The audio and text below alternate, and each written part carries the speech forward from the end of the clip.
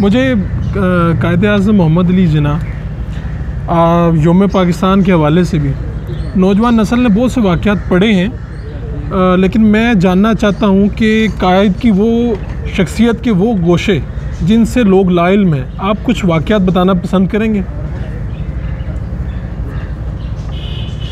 देखिए जी, मैं तो ये अर्ज़ करूँगा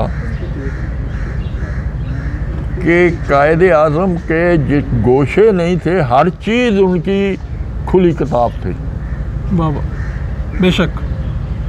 उन्होंने एक वाक़या बता दूँ, आप पता नहीं क्या हालात है, हम आपस में लड़ भी पड़ते थे। अच्छा।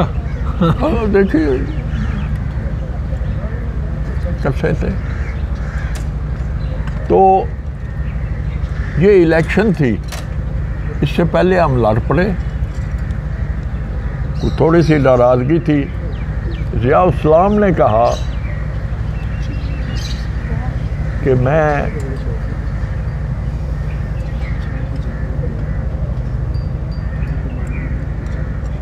इस्लामिया कॉलेज की वर्किंग कमेटी तोड़ देता हूँ। ठीक है। नाराज़गी में मुझे ये था कि एक दफ़ा ये किस्सा शुरू हो गया ना एक दूसरे के ख़िलाफ़, तो ये बंद नहीं होगा। मुझे उन्होंने बुलाया कि यार ज़िया इस्लाम से तुम बात कर सकते हो, मैंने कहते वो बात कायद-ए-आज़म रहमतुल्लाह अलैह के पास पहुँच गई कि हम आपस में लड़े हुए हैं। उन्होंने प्रिंसिपल मलक उमर याद थे, इस्लामिक कॉलेज रेलवे रोड के, उन्होंने कहा कि I want to talk to the boys. Islamic college railway road, आपने देखा होगा कॉलेज के प्रिंसिपल का जो अंदर का दरवाज़ा है और इधर हॉल का, उसमें साथ ज़्यादा 10 कदम का फासला। उस हॉल में हमें बैठा दिया गया, 3 ग्रुप थे, इधर इधर इधर, और बिल्कुल हम तैयार बैठे थे कि हम ये कहेंगे, हम ये कहेंगे, हम ये कहेंगे। प्रेस वालों ने अंदर आने की कोशिश की। कायद-ए-आज़म ने कहा कि I request you to go out. एक दो ने रजिस्ट किया हिंदुओं ने, तो वो कहने लगे नहीं नहीं नहीं नो, हम नहीं जाएंगे। कायद-ए-आज़म ने कहा मैं एड्रेस ही नहीं कर सकता। वो फिर ऊपर से चढ़ के वो गैलरी में चले गए। वहाँ जब वो लगे बैठ के बात ये, तो उसने कहा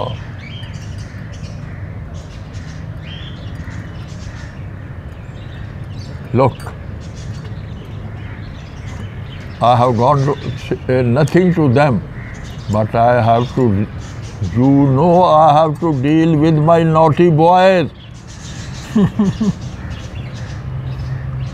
उसके बाद जो हम तैयार बैठे थे, आप समझ नहीं सकते कि हम कांप रहे थे कि अभी हमारा क्या हाल होगा। फिर एक चीज़ ये बताऊं, उन्होंने एक प्रेस कॉन्फ्रेंस करनी थी।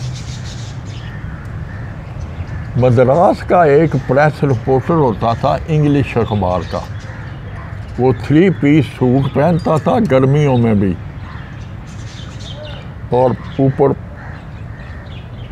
पगड़ी बांधता था मद्रासी। तो उन्होंने,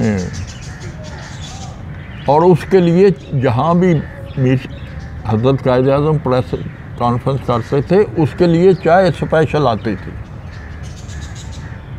कहा गया कि इसको चाय दो। हम लड़कों ने रजिस्ट किया कि सर ये हमारी बड़ी बेइज्जती करता है। आपने देखा है जो इसने अभी एडिटोरियल लिखा है। कायद-ए-आज़म मुस्कुरा दिए, कहता है my boy, I correct my self on his criticism.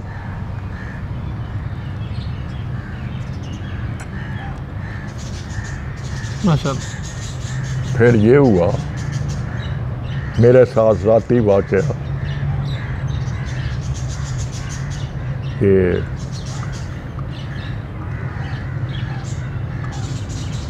Hotel है वापडा हाउस के पिछली तरफ, फ्लैटी।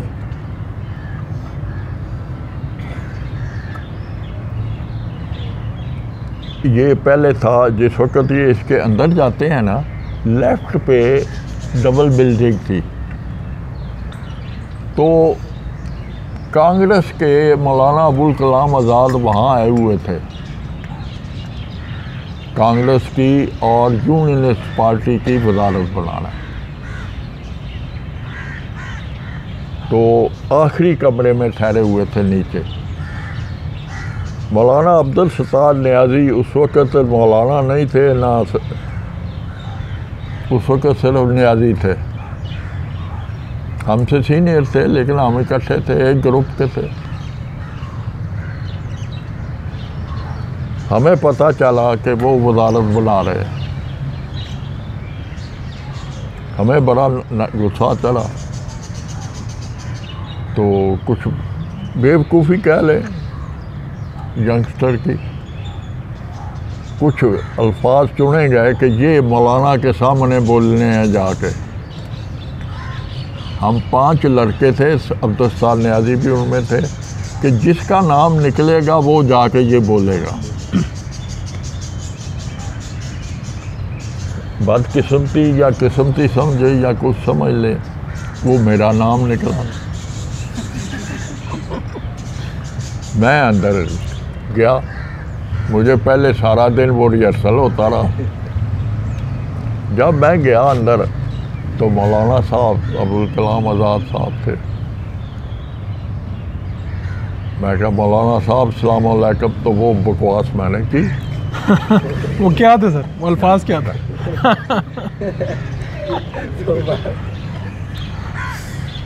तो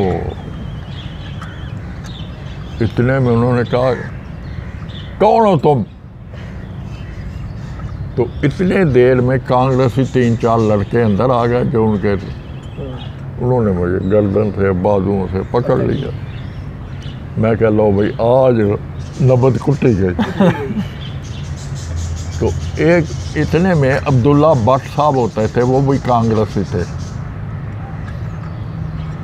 उन्होंने वो अंदर आ गए। वो कहते हैं ओए सलीम तू किधर? वो मौलाना साहब कहते हैं आप इसे जानते हैं? वो कहते हैं हाँ जी बहुत अच्छा है। कितना की जानते हैं? है जी मैं इतना की जानता हूँ कि जितना आप कांग्रेस के लिए कर सकते हैं ये उससे 10 गुना ज़्यादा मुस्लिम लीग के लिए करेगा।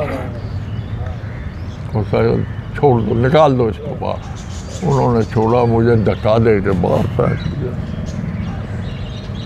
लेकिन अब्दुल्ला भट्ट ने वो बात हज़रत कायद आज़म मोहम्मद अली जिन्ना तक पहुँचा दी। कायद आज़म ने बुलाया, मैं डर के मारे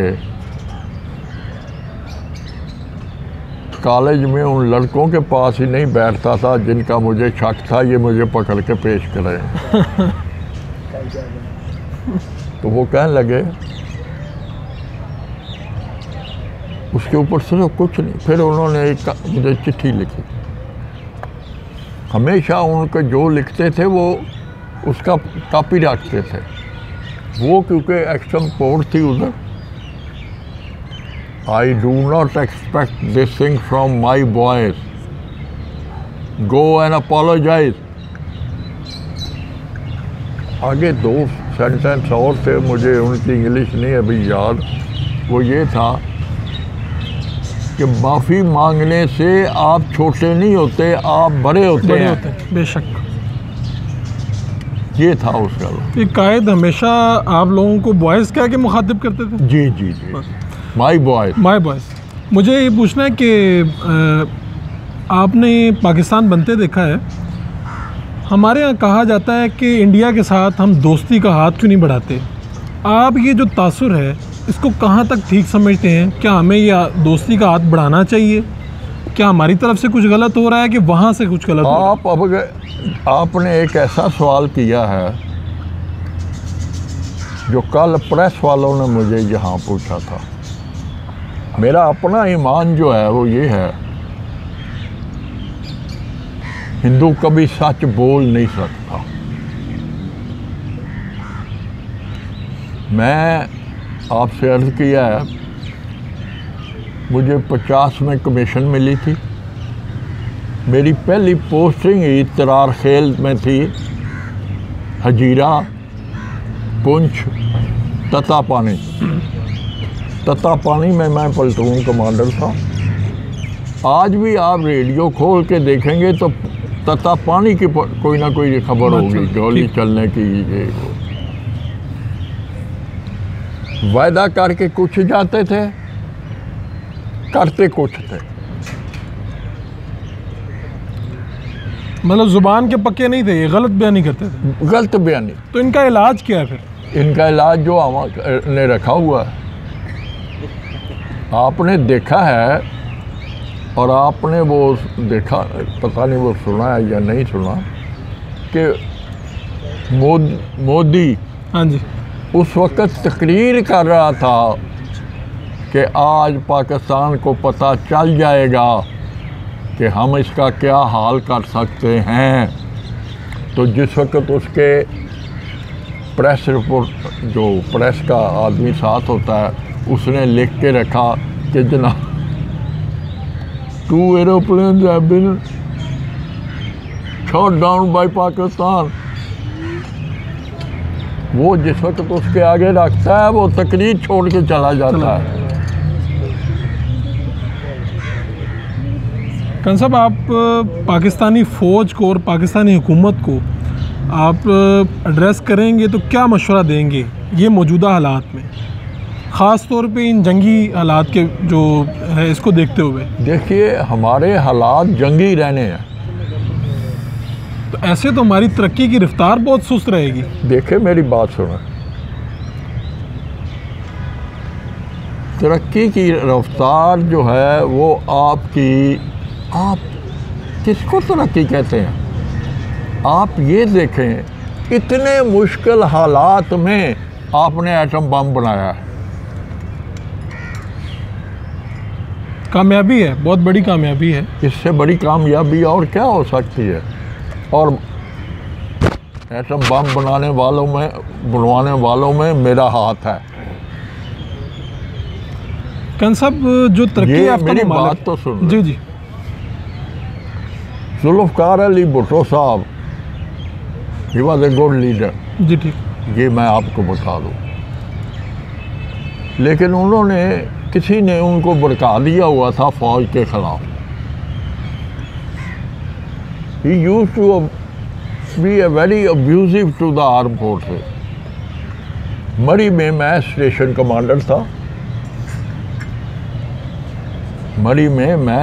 कमांडर था। तो भुट्टो साहब वहाँ तशरीफ़ लाए थे। वो हमें एड्रेस करते हुए अफसर को, he passed a very very derogatory remarks against Pakistan. Bhutto साहब बड़े अफसर से मैंने वहाँ कहा, sir, you are abusing the army.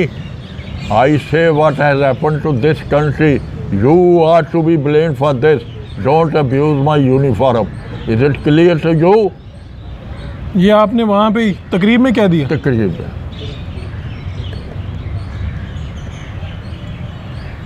आप ये अंदाज़ा लगाएं, भुट्टो जैसा फ़िरौन हो और उसको इतने अल्फाज कहे जाएं।